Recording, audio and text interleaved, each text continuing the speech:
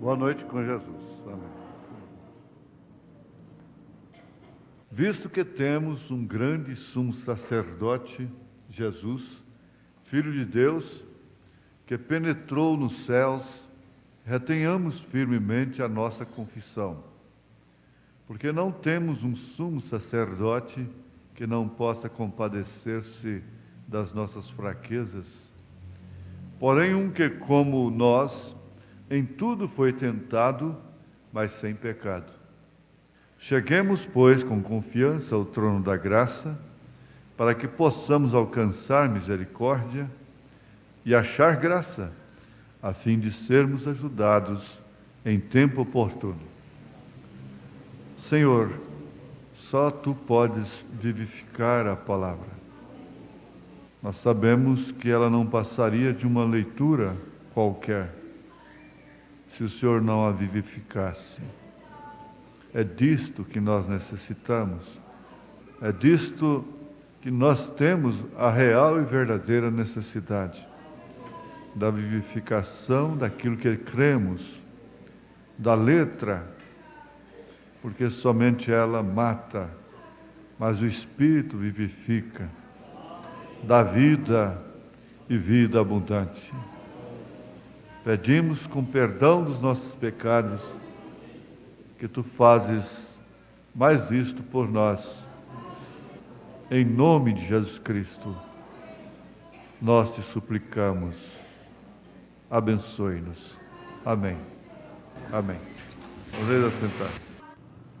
Jesus censurando aqueles que oravam nas sinagogas, nas esquinas das ruas, orando para serem vistos pelos homens. Nós sabemos que a oração é uma oportunidade que a pessoa tem, que se ela não tiver cuidado, ela vai desabafar alguma coisa na hora da oração. Vai pregar, quer falar alguma coisa, vai exortar a igreja, mas a oração é oração. Foi chamado para orar, então é para orar. Se é para os pedidos de oração, então especificamente para os pedidos de oração. Então Jesus, censurando, disse que nós deveríamos entrar no nosso aposento, fechar a nossa porta, orar ao Pai em oculto. É um ensinamento do próprio Senhor Jesus Cristo. E esse Pai em oculto te ouve, secretamente te responde, te recompensará. São Mateus capítulo 6, a partir do verso 9.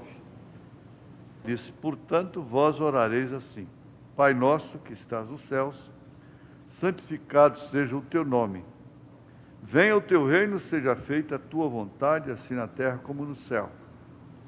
O pão nosso de cada dia nos dá hoje, e perdoa-nos as nossas dívidas, assim como nós perdoamos aos nossos devedores. E não nos induzas à tentação, mas livra-nos do mal, porque Teu é o reino, e o poder e a glória para sempre. Amém. De fato, nesta oração contém tudo que um cristão precisa, que nós precisamos aqui nessa dimensão. Agora eu quero destacar aqui uma palavra, uma frase, que é: seja feita a tua vontade, santificado seja o teu nome, venha o teu reino, seja feita a tua vontade, assim na terra como no céu. Nós temos condição de saber se a gente mesmo está com febre. A dor nem se fala, não é um sentimento que só você percebe. Tanto que uma dor de coluna, por exemplo, parece ser mais uma manha.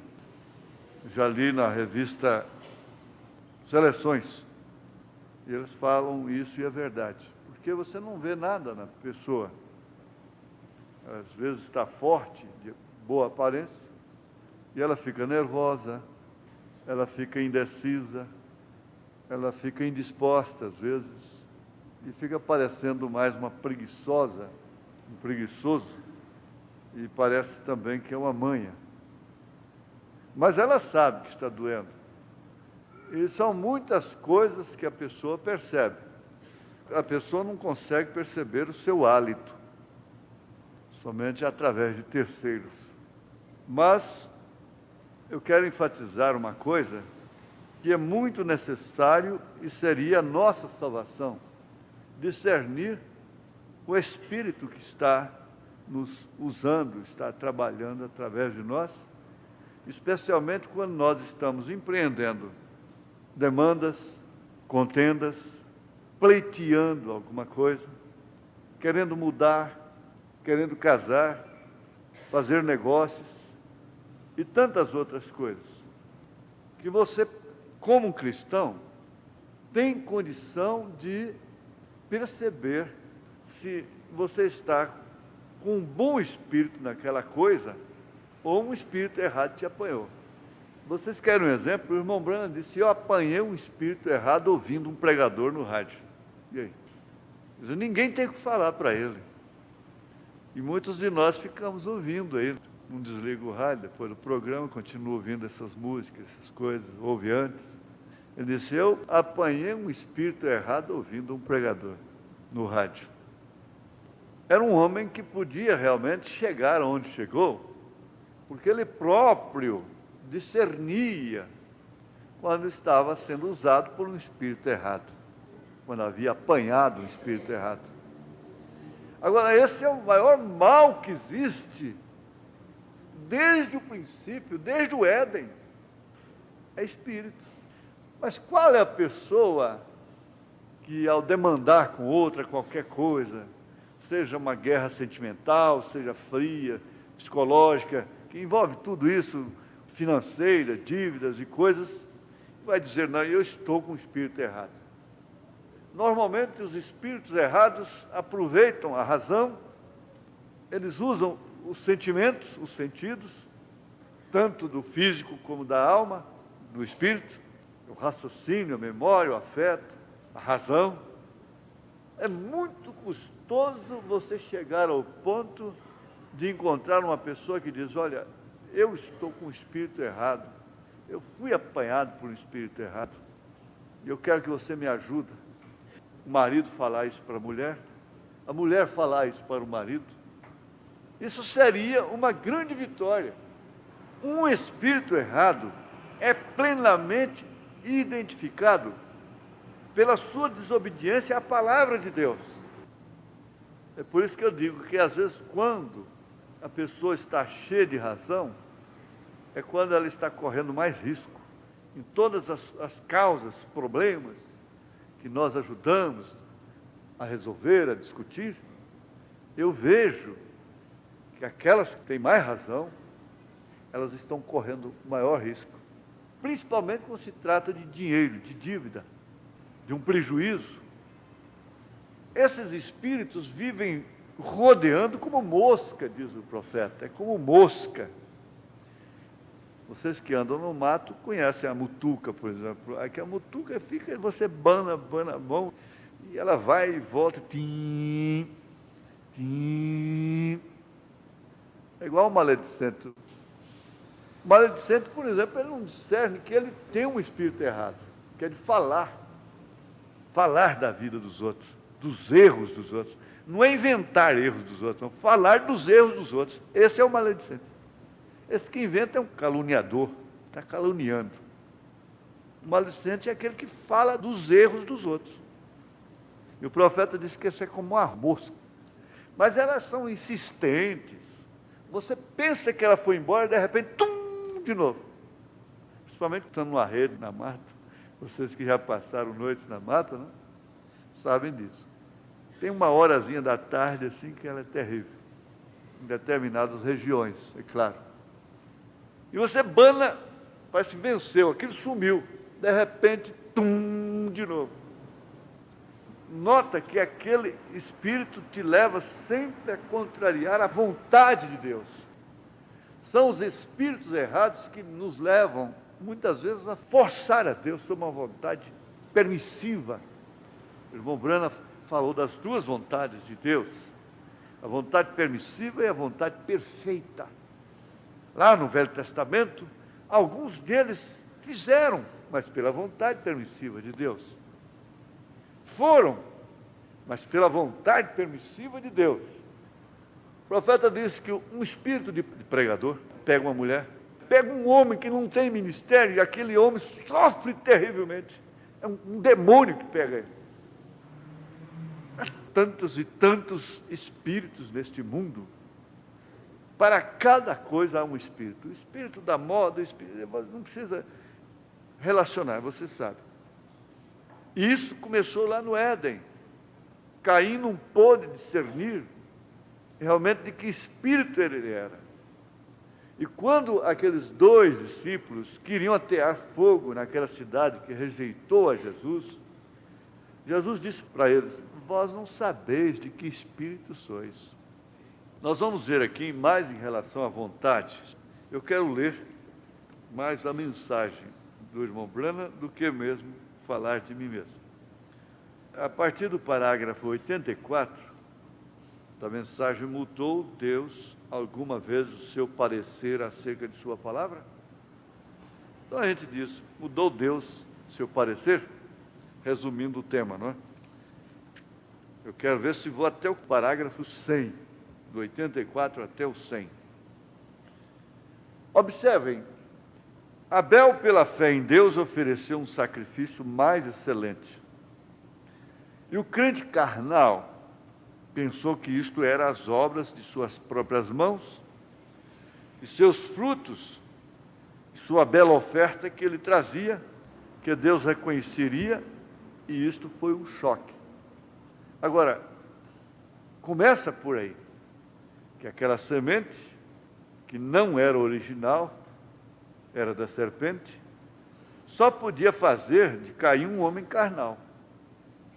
Um homem carnal religioso. Nós somos carnais. Isto quer dizer, somos humanos. E chegamos a ser espirituais. Mas ser um carnal religioso. Paulo disse para a igreja de Corinto, lá numa certa época, ele disse: ainda não posso falar convosco como a espirituais, mas sim como a carnais. Por quê? Ainda há contendas entre vós. Isto quer dizer, ainda entre vós, vocês se deixam levar por espíritos errados, contrário à vontade de Deus. De repente você se encontra metido em coisas baixas, em relação a irmãs, em relação a irmãos, e coisas assim. Na semente da divergência, o profeta fala isso. Ele chegou a dizer assim: eu viajo, quando eu volto, eu vejo que o diabo entrou entre vós e jogou vocês uns contra os outros. Ele chegou a dizer isso. Nós encontramos que Abraão e Ló tiveram que se chocar. Por quê? Eles estavam num espírito diferente. É duro, eu sei que é difícil, às vezes aquela irmã, ela discerne, ela está vivendo, dormindo, comendo com um homem que o seu espírito não combina. E vice-versa. Eles não combinam em espírito. Ananias e Safira eram um casal homogêneo. Eles tinham o mesmo espírito para mentir. Tem casal que combina direitinho. Mente no olhar. Combinam em tudo. Mas há outros não. Se chocam. Eles vivem em choque de espírito. E assim se pode acontecer até com casais, quanto mais com irmãos, com pessoas de relacionamento mais restrito, né? É claro. Nós encontramos que Abraão e Ló tiveram que se chocar. Encontramos que Moisés e Datã, Coré, tiveram o mesmo choque. Mas o que fazia aquele choque? Era a diferença de espírito. Porque quando se está no mesmo espírito, não tem como. As aves da mesma plumagem voam juntas. Moisés, sendo um profeta ordenado com a palavra do Senhor, vindicou que ele foi escolhido para ser o líder da hora e que Abraão havia prometido todas estas coisas. E aqui Moisés fez exatamente o que Deus disse que seria, aconteceria. de uma forma ou de outra, por estradas tortuosas, riscos.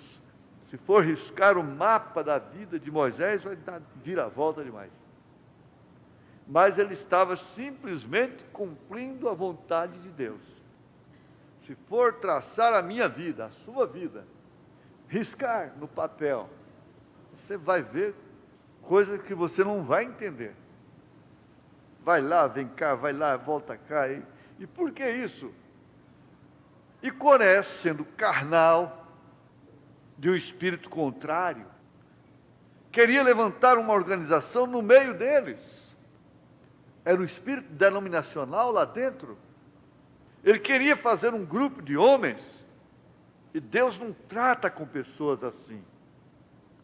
Isto mostra bem lá naquela escritura um tipo da jornada hoje, que a organização não é o que Deus ordena. Ela não tem o Espírito de Deus.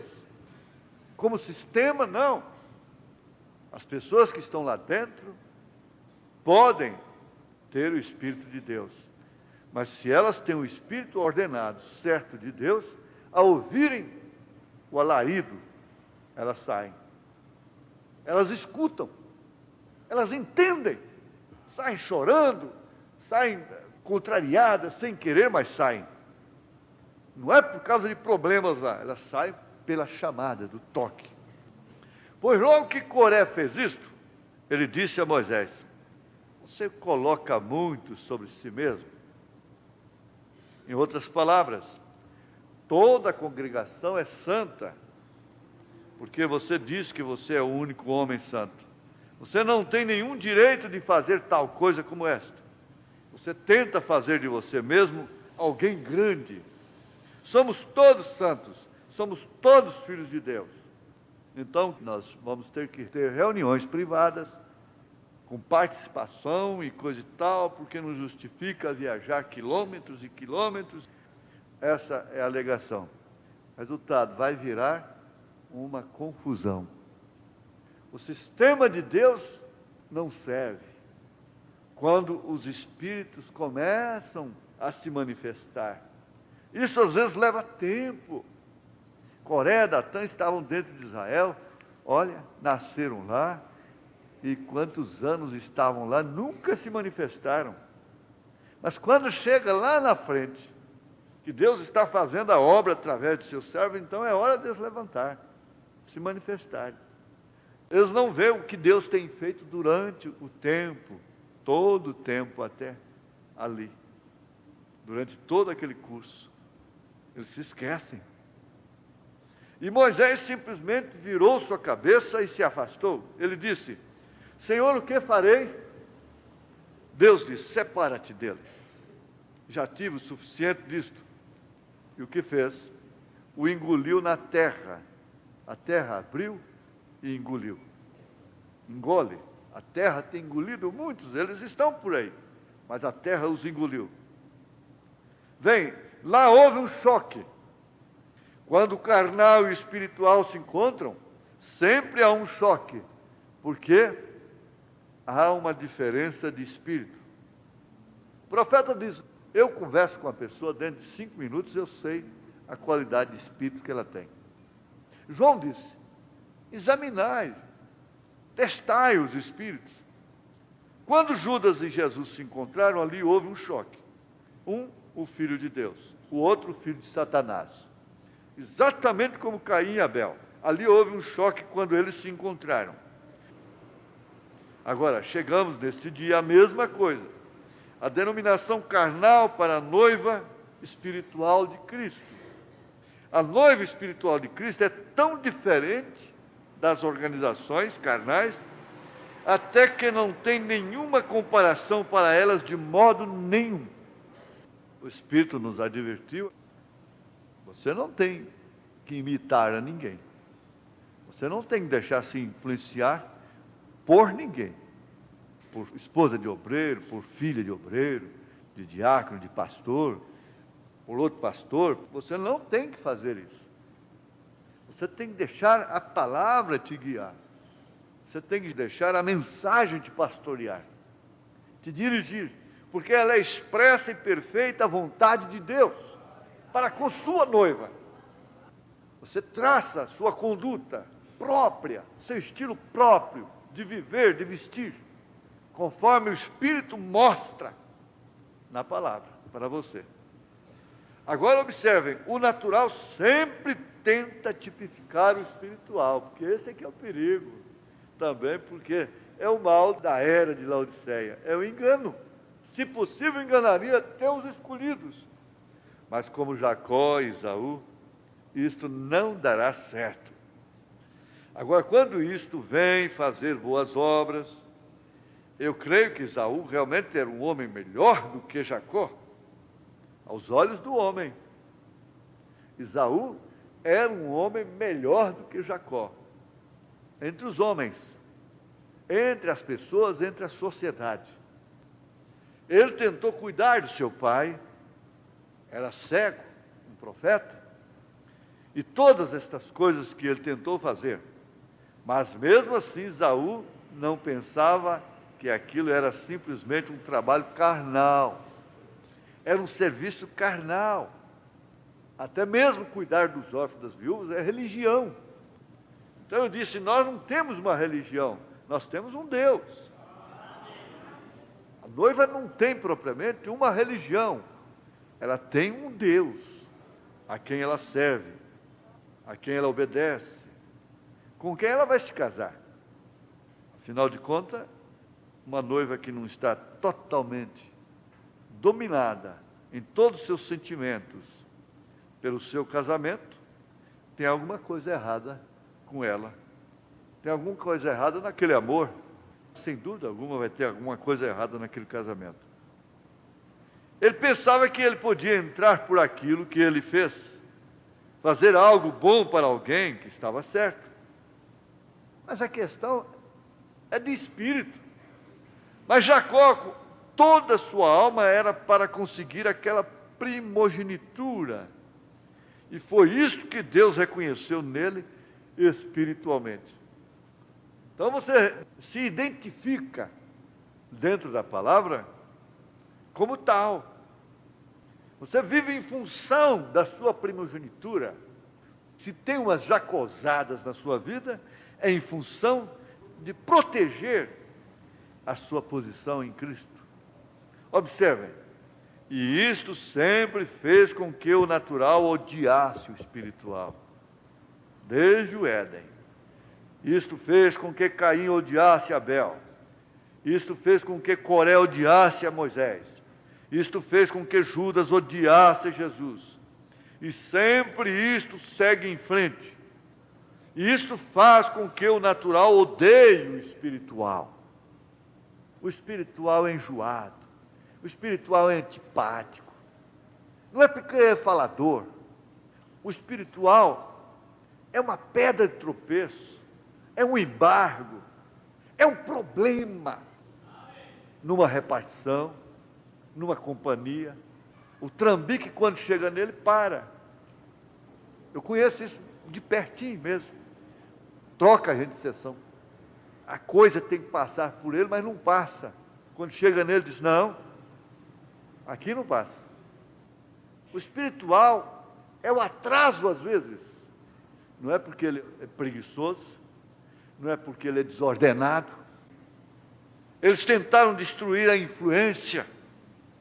Eles tentaram destruir tudo, porque isto não é nada a não ser inveja.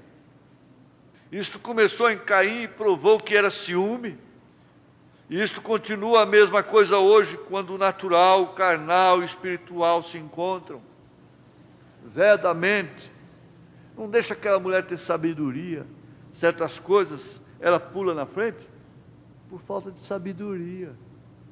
Ela não pode entender, às vezes, que é Deus dando uma voltinha por lá. Mas ela não pode aceitar aquela volta. Tem que ser direto. Aquele homem não pode aceitar uma volta que Deus dá no seu mapa. Lhe falta sabedoria. E por falta de sabedoria, se perde tudo o que deseja às vezes. Por falta de sabedoria, se perde o que mais ama, destrói a casa, destrói o lar, destrói o casamento. A Bíblia não fala bobagem, não. A Bíblia diz: a mulher sábia edifica a casa, a tola derruba com sua própria mão. Tudo que ela vê, ela fala, ela grita. Ela não pode ver Deus dando uma volta. Ela acha que não pode ser beneficiada sendo por lá, tem que ser por cá. Aquele homem não tem entendimento. Isso que aconteceu lá com Abraão. Abraão ficou descansado. Agora, Abraão tinha que ser Abraão. Quando você vê a pessoa, você diz: mas essa pessoa só podia chamar Joaquim mesmo. Não tinha outro nome para ele. Não, ela só tinha que chamar, era Maria mesmo. Henriqueta era o nome dela, não podia ser outro. E assim por diante. Abraão só tinha que chamar Abraão mesmo. O Ló, parece que o jeitinho dele assim, mas aquele camarada só tinha que chamar era Ló mesmo, só tinha que ter 2 letrinhas no nome dele, Ló. E isto começou em Caim e provou que era ciúme. Olha, é uma coisa fácil de se provar, de você se auto-julgar. Há um ciúme que ele é sintoma natural do Espírito que está nos usando. O Espírito Santo tem ciúme da igreja, tudo bem. Uma mulher que ama tem ciúme do seu marido, o marido que ama tem um ciúme de sua mulher, mas não é aquele ciúme diabólico, doentio, insuportável. Ciúme mais no sentido de zelo, é um ciúme mais no sentido de guardar, de evitar, de proteger, mas não é um ciúme de expor, de provocar, de despertar maldade no outro. Você quer fazer um check-up? O que poucos querem, só quer saber o resultado do exame dos outros, tirar a radiografia dos outros. Não tem coragem de tirar o seu próprio, porque está com medo de ter um tumor? O que é? O importante é o nosso próprio. A sonografia, sei lá, tanta coisa, né, que existe aí de exames. Um check-up completo. Você vai no médico e diz: doutor, está aqui, eu quero um check-up completo, hemograma completo, sangue, colesterol, o triglicérides completo aí, lipídico, tudo, e cabeça, tronco e membro. Pronto. Fezes, urina, quer fazer um check-up cardiológico e tudo. Tudo bem. Agora chega no Senhor Jesus e diz: Senhor Jesus, eu quero fazer um check-up. Ele fala assim: então deita aí, abre essa Bíblia aí e debruça no seu tórax. Coitado do Joaquim, né? Isto prova que é Satanás, quando você está contendendo, externando ciúmes. Isso é contrariar a vontade de Deus. Você tem que conhecer a vontade de Deus a seu respeito. Se é a vontade de Deus a respeito da outra, do outro, tudo bem. Eu devo, pelo menos, conhecer a vontade de Deus a meu respeito. Às vezes a vontade dele é que eu esteja realmente como estou. Isto prova que é Satanás, de nenhum outro modo, porque o ciúme vem de Satanás. E então causa a personificação da verdade. E normalmente quase todas as pessoas que têm muito ciúme, aquilo está nelas. É como diz, por si está julgando o outro. E então causa a personificação da verdade. Alguém que tenta personificar algo que não é, eles não estão ordenados a fazê-lo, porque isso não é a vontade de Deus para com ele. Quantas dessas coisas temos visto nesses últimos dias? Oh, que coisa! Quanto disto! Tanta imitação. Se um levanta com um negócio ali que está dando certo, nossa, aí todo mundo quer fazer a mesma coisa. O brasileiro, então, é doutor nisso. Viu que o outro prosperou alguma coisa, vai tudo no mesmo caminho, né? Puf, quebra a cara. Então vemos que Deus faz, não para mudar seu parecer a respeito da sua palavra original, mas quem Ele chama são estes que Ele ordena. Ninguém mais pode tomar aquele lugar, ninguém podia tomar o lugar de Moisés. Era a vontade de Deus que ele estivesse lá. Não adiantava Coreia, Pirão, Datã, Balaão, seja lá quem for, se levantar. O dia que chegou a hora de Deus, pela sua vontade, tirar Moisés de cena, tirou e acabou. Só quem tira o homem de Deus de cena é Deus. Não tem demônio que tira ele de cena.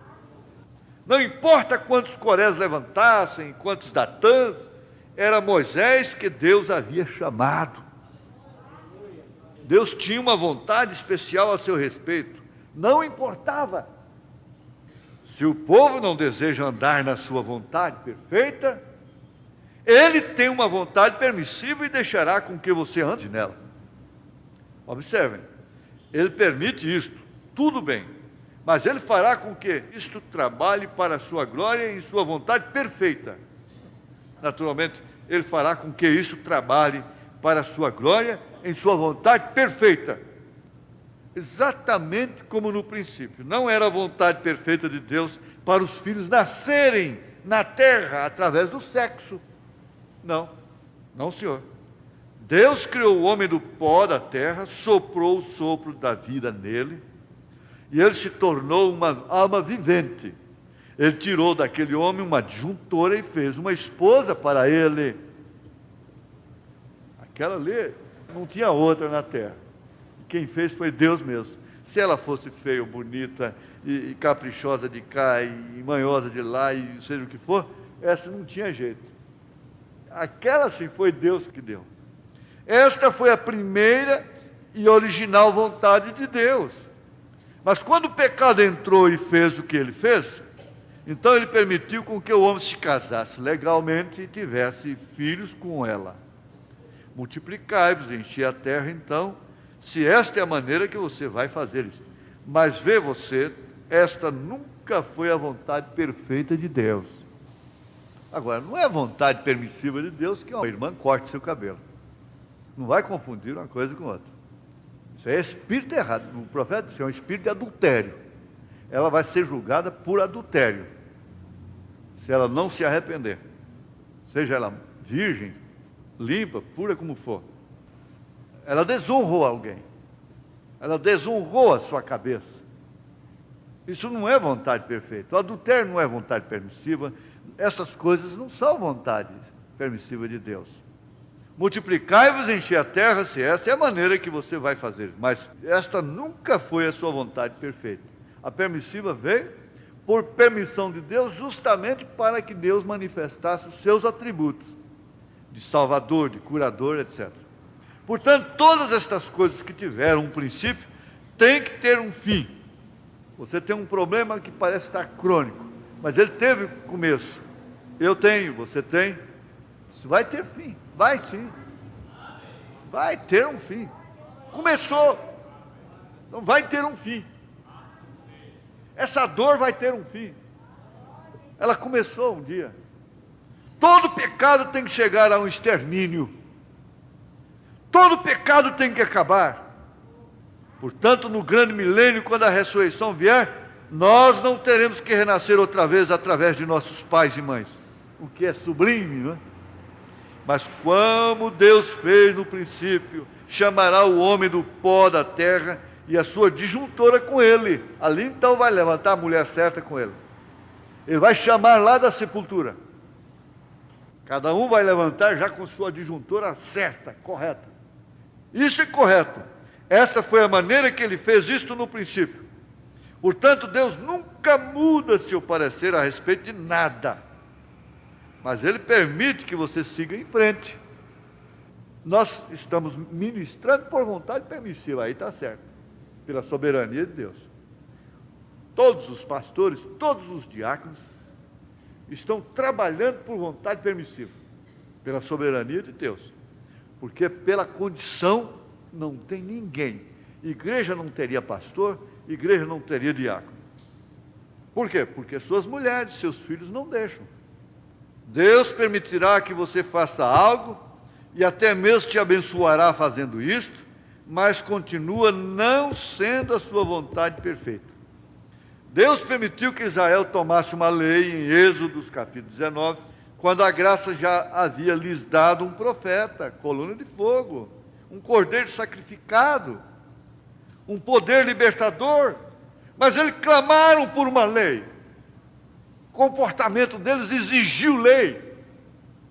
Isso não era a vontade de Deus, mas, porém, isto foi injetado porque o homem queria isto, e ele foi amaldiçoado pela própria lei que ele quis. É melhor ter a vontade de Deus. Foi isso que ele nos ensinou. Venha a nós o teu reino, seja feita a tua vontade. Nós devemos nos submeter à sua vontade e sua palavra. Não indagarmos sobre isto, crermos nisto. Quantas vezes você está com a intenção de Deus no coração a respeito de uma pessoa? Isso tenho visto demais. A intenção excelente, mas não sei, é um teste. A pessoa, por lá, ela se distancia completamente, ela rebela contra aquele teste e por fim não alcança o que talvez seria a sua própria vitória. Mas não dá para explicar. Você não sabe quantas vezes você já esteve perto de uma grande vitória e a perdeu. Por quê? Porque não discerniu a vontade de Deus. Não pôde entender a volta que Deus estava dando, não pôde entender o teste de Deus. Por isso não compreende a sua vontade. Nós devemos nos submeter à sua vontade e à sua palavra, não indagarmos sobre isto, crermos nisto. Nós queremos sempre perguntar, e tem coisa que eu não dou conta de explicar, e Deus não vai explicar. Tem coisa que você não tem como explicar para o seu filho. Eu vejo coisas em certos instantes, mas não tem como, você tem que tocar o barco daquele jeito mesmo, de acordo com o entendimento das pessoas, porque você não pode prosseguir daquela forma. Você tem que mudar, tem que parar, porque você tem que explicar. Não tente encontrar um caminho ao redor disto, simplesmente o tome da maneira que é.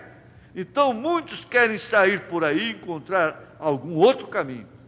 E quando você o faz, você encontra a si mesmo seguindo adiante.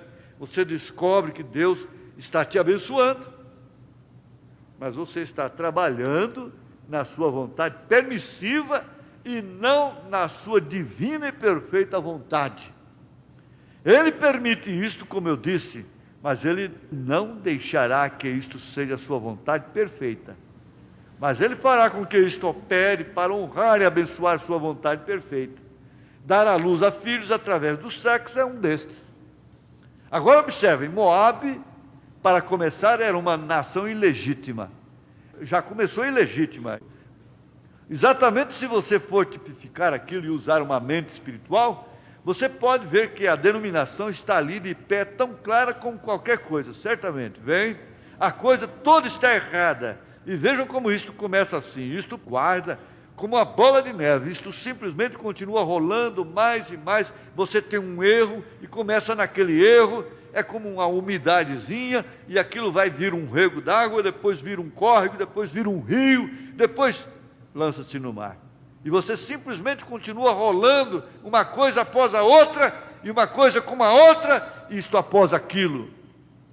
E esta foi a maneira que a igreja começou a se desviar. Hoje, vivendo completamente fora da vontade perfeita de Deus. Esta foi a maneira que isso começou em Niceia, Roma, quando a igreja católica romana, e bem no princípio, isto foi do Pentecostes, mas quando eles se organizaram e trouxeram a fama para a igreja, eles começaram a ter orações e rezar terços, e orar pelos mortos, e todas essas outras coisas. Então, isto sim, simplesmente começou a rolar de um erro para o outro, até virou um mar. Veja, até onde isso chegou. Não há nenhuma representação do Pentecostes nisso de modo algum. Vem? Não tem nada do princípio naquilo, começando pelo seu batismo. É um erro apanhando o outro. Há somente uma coisa a fazer. Isto é limpar o registro e voltar para o princípio. Começar tudo de novo. Ser batizado em nome do Senhor Jesus Cristo, começar uma nova página, um novo livro. Aí você então aprendeu, nós aprendemos, que nós podemos identificar em que espírito nós estamos naquela questão, no dia a dia, em que espírito eu vou lá, em que espírito eu estou fazendo isso, e combinando isso com a vontade perfeita ou a vontade permissiva. Amém. Senhor Jesus, a hora é suprema. Tu dissestes através do profeta que a graça suprema da fé suprema para a hora suprema. Nossas vidas estão formando mapas de zigue-zague, de voltas e mais voltas, e coisas que nós mesmos não entendemos. Mas ao analisarmos, ao fazermos um exame, um check-up, nós constatamos sempre que tem faltado a sabedoria, tem faltado a paciência, tem faltado a obediência, por que não dizer até o caráter de Cristo? Ajuda-nos, ó Pai, nesse novo registro, nesse novo mapa. Temos tudo para isso quando já começamos com o batismo em nome do Senhor Jesus Cristo, vendo o Pai no Filho, reconhecendo o profeta da hora, o mensageiro do dia. Isto quer dizer, nós estamos na plataforma certa, estamos na coisa correta. O único erro está em mim, o único erro está em nós. Não é aquela hora que nós caímos no espírito de autodegradação, então naquela hora nós blasfemamos contra nós mesmos. Não, é num outro espírito que nós devemos fazer isso. O Senhor tenha compaixão de nós. Isso trará cura, a grande cura, o grande alívio. Isso tirará dores dos sentimentos, mágoas da alma, feridas do coração. Em nome de Jesus Cristo, encoraja-nos, ó Pai, para olharmos para isto como isto é. Dá-nos força do alto. Ensina-nos a contar os nossos dias de tal maneira que nós possamos alcançar corações sábios, espíritos retos, os quais o Senhor não despreza, e torna a dar-nos a alegria da Tua salvação. Em nome de Jesus Cristo, nós te pedimos estas bênçãos. Amém, Senhor. Amém.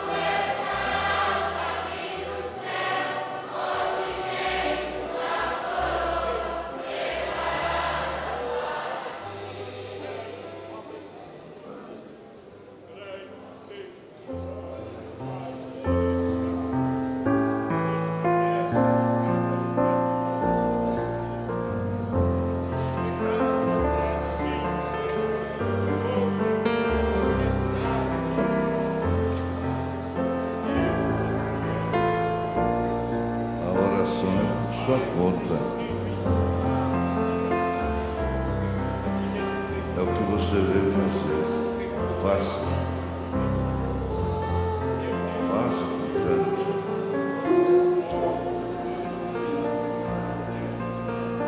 Faça.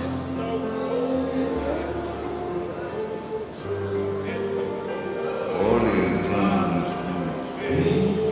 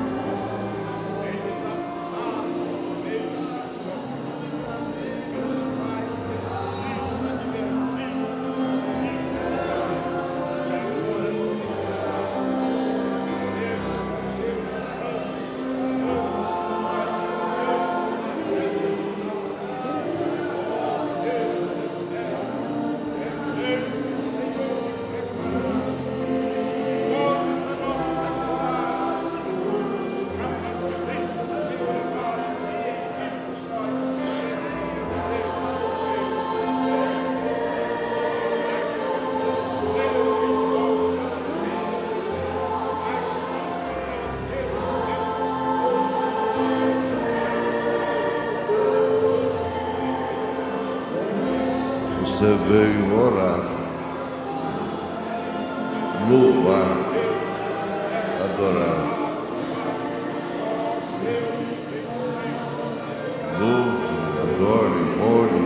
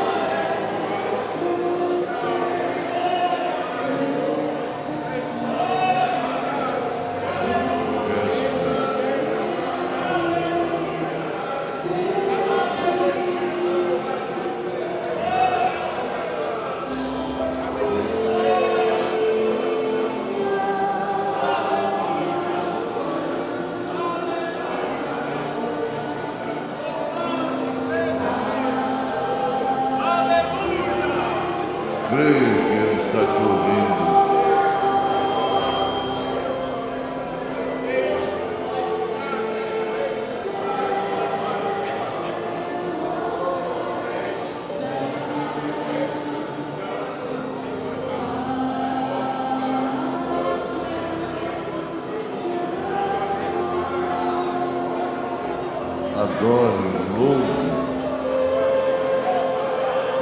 o Senhor, canta hino espiritual.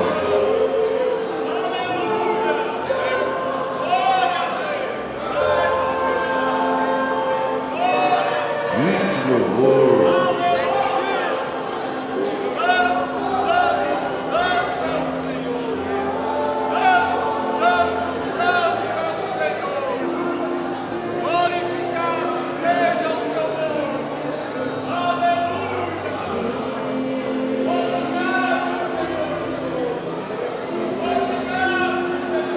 Dá lugar à paz. Dá lugar à paz no seu coração.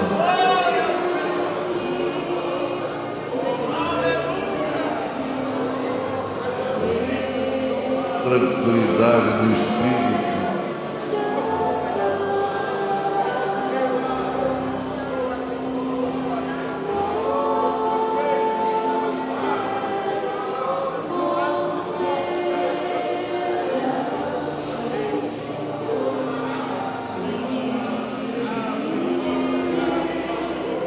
Seu louvor é aceito como oração.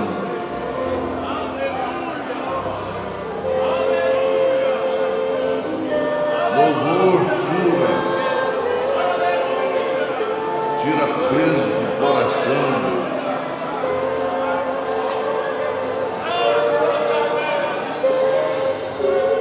Não apenas na mente, não. Ouve, isso tira peso do coração. Louvado seja o Senhor. Aleluia. Experimenta glorificar a Deus. Experimenta para você ver. Em voz alta.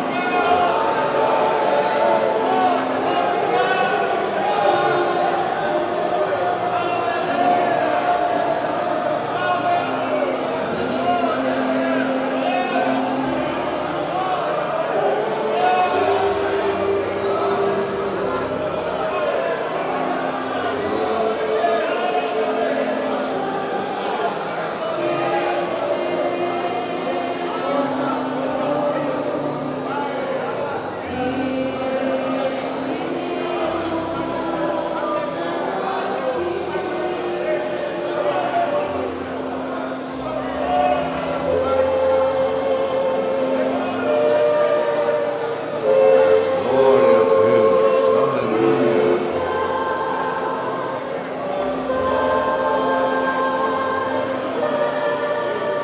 Jesus.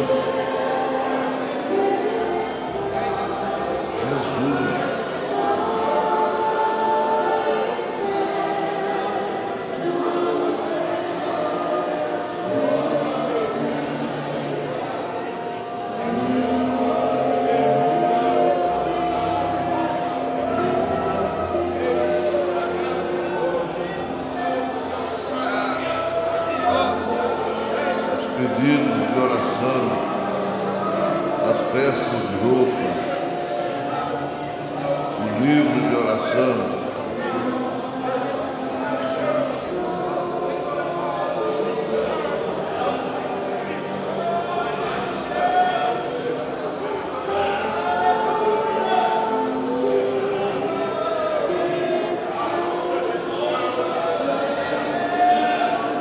Veja como o louvor dá refrigério.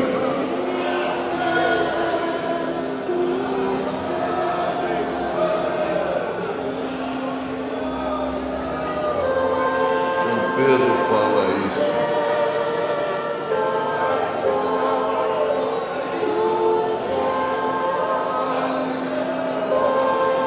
Tempos do refrigério pela presença do Senhor.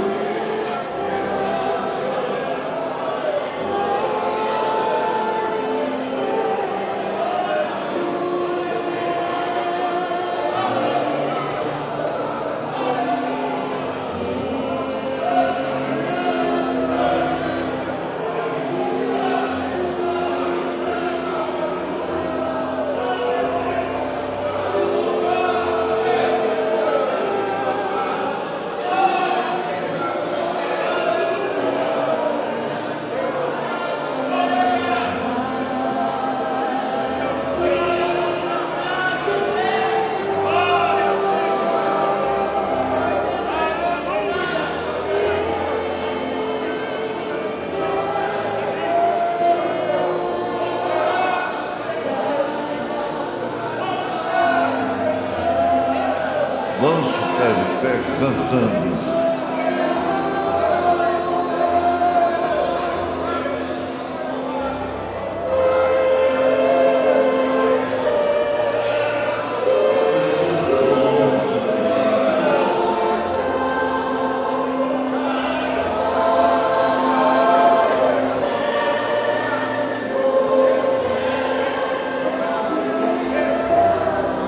Mais perto quero estar, canta.